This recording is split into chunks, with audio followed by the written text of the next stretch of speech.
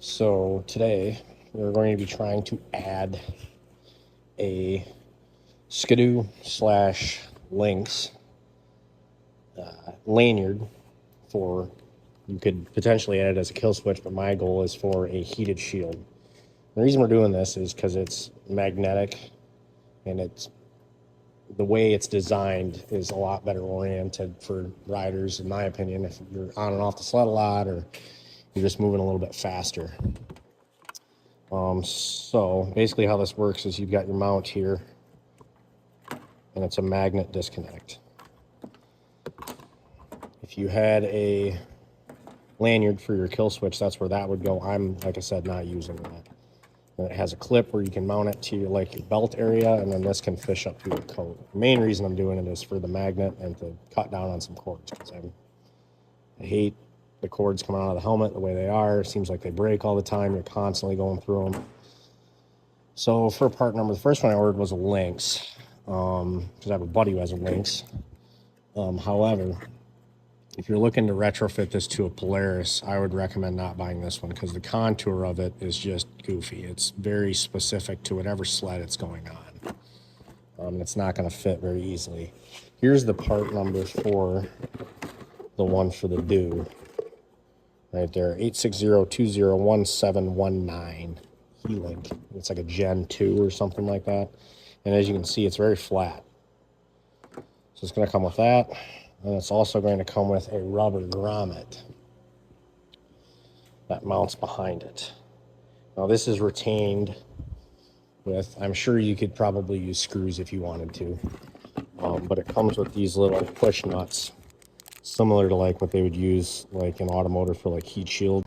And then it comes with obviously your connector coming out of your switch. And then it comes with the connector that would factory connect to a Do or a Lynx. This is the connector that goes in here into the switch. As far as I can tell, it's just power and ground, just like you would get in any other heated shield connector. So if you're on a Polaris, this is a 11 Rush Pro R. Basically on a Polaris, a lot of your connectors are going to be right up in here, and you're going to want to find your AC power. This is normally connected right here if you have a factory style heated shield connector, the RCA, right there. Now, if you don't have that, all your heated shields that you buy should come with a set where you can connect directly to the battery. It comes with a fuse and all that. So that will work as well. What I'm going to do is take on the, I guess you would call it the handlebar side, not the sled side.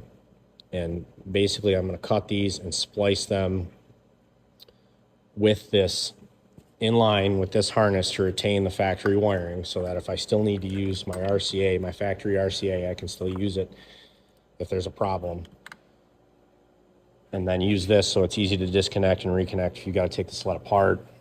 Because if you just solder it together and you need to take it apart, you're going to wind up having to cut it potentially. There's a couple spots that it looked like it would work well. It just depends on your riding style. If you're sitting on the sled and you're not getting off it very much, you're not in a very aggressive rider, you're not in the mountains or something like that, you could probably get away with mounting it right here. There's plenty of room behind there. Also, right in here is going to be a little sketchy, just because you got your air intake here. On this side, you might be able to get away with it, but you do have these crossbars. If your OCD is not terrible, unlike mine, you could, there is clearance to mount this right above the fuel cell. Fuel, I guess you call it the center. Upside down.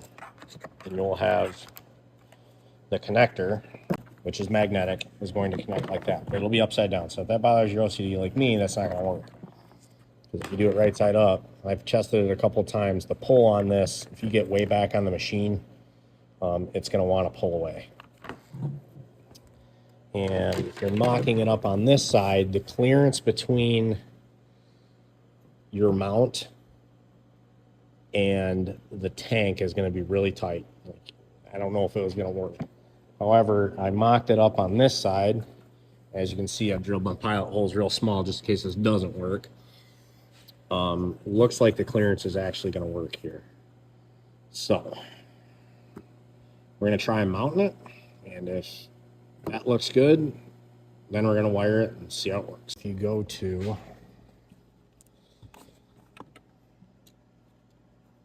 install, if you just Google BRP install instructions, throw in your part number, that's going to give you instructions. Now, obviously this is going to be specific to a machine that you don't have if you're doing this on a Polaris. The biggest thing that's going to tell you is what size bits you're going to need.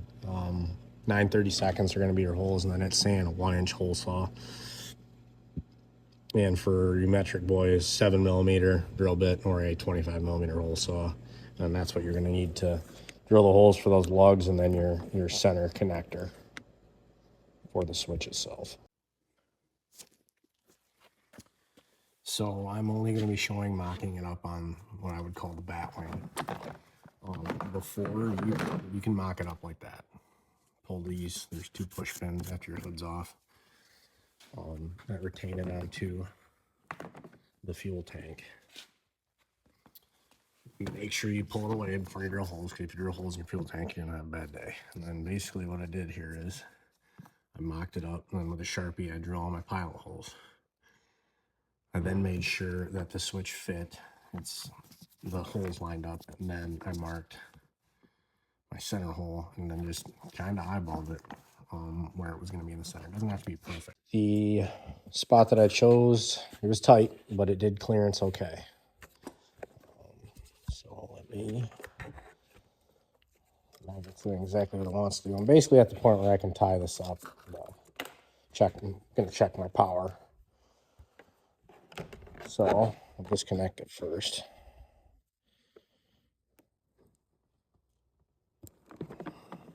So as you can see, I'm leaving the recoil connected so I don't have to dick with that. ELinq is mounted pretty flush. It's not perfect, but like I said, it's not designed for the machine.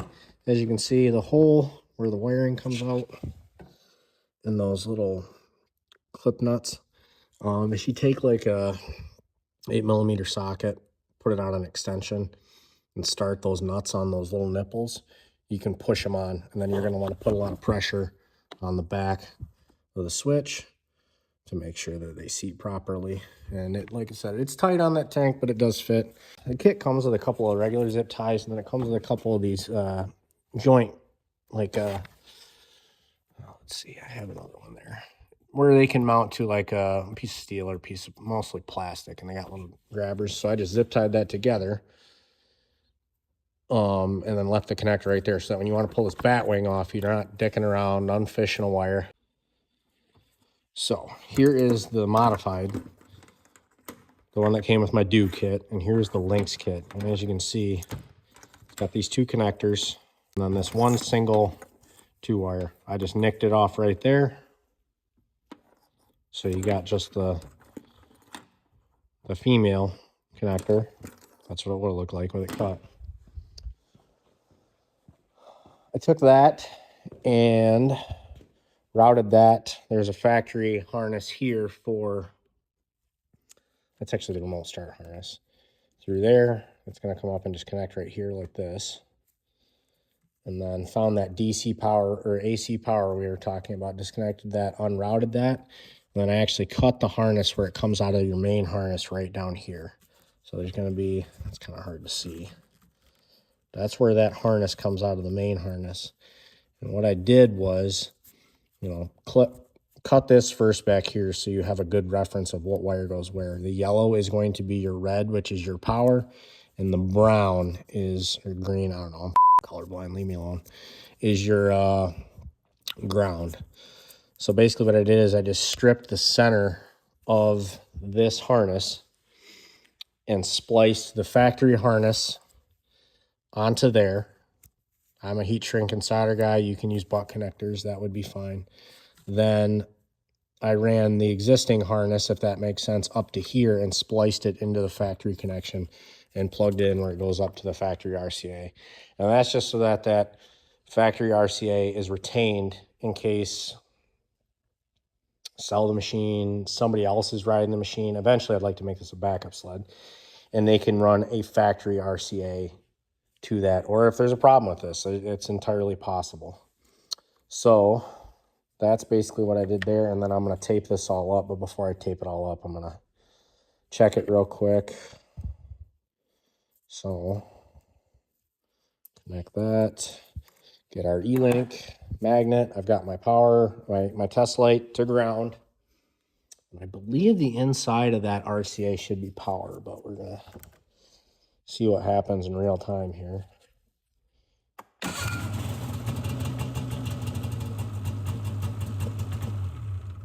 And as you can see, we have power to that RCA. So that's as much as we need to check, because that RCA is coming right out of the ELinq. So I know that power is good there. Now, like I said, if you're doing this for a kill switch, it should be the same, because out of this, you just have to figure out where that routes to on your sled. So if it's somewhere, I don't even know where it is on a Rush, because I've never had like an RMK or anything like that. Last race sled I had was a Pro X. It was like a 99, and that one I just never hooked to myself. If you did want to do that, there is 4 connections here in this ELinq. However, there's only 2 wires coming out of it. So it is just looking for power and ground. So all you would have to do is find out where that switch is and basically do exactly what I did here with this. And it'll work. So the answer of, can you put an ELinq, a Skidoo, or like I said, a Lynx? You absolutely can. It's actually not that bad. I think I've got maybe, and most of the time I have into it is just trying to figure out where to mount it and where to wire, where I want my wires ran, and then being extra careful when it comes to drilling my holes. You're going to want to obviously make sure that this fits and clearances well. And when, I think I said this earlier, make sure you take this bat wing off before you drill your holes, because if you drill a hole in the tank, I don't know what these run used, but I'm sure they're not cheap. And then, yeah, so that's pretty much it. That answered the age-old question that nobody ever asked for. If you have any questions, go ahead and drop it. DM, comments, whatever the hell I wind up posting this on. And I could probably lead you in the right direction. Like I said, it's a pretty simple job.